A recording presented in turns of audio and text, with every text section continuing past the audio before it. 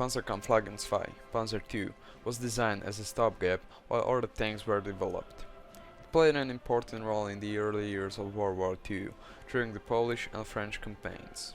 When it became apparent that Panzer I needed to be replaced, new tank needed to be made.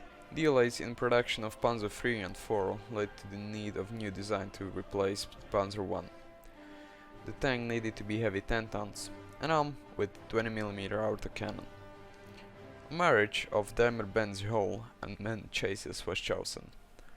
This led to 10 prototypes during the late 1935, named LAS-100. It took another 18 months for the first combat-ready tank to be delivered, mainly because they still had to work out problems of teething. They ordered 25 instead of the usual 2 or 3 prototypes. In the testing period, the rear aero was changed, adjustments for the fuel and oil pumps were made, and also the suspension strings were replaced. They tested fireproof engine compartment and tried bigger radiator that helped with better cooling. The main gun of this tank was the KWK 330 L55 20mm quick firing gun. It was derived from the 2cm Flak 30 AA gun, capable of firing rate of 600 rounds per minute.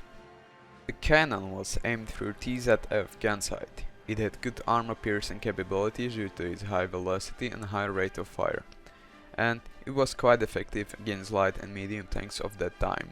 The Spanish Civil War began, and Germans quickly found out about the improvements that needed to be made. They had to increase the armor, which was sufficient against shrapnels and bullets, but couldn't resist the high velocity AT weapons of that time. The gasoline engine, along with the transmission, showed to be reliable, although it limited the tank increases in armor and armament, due to losses both in speed and range.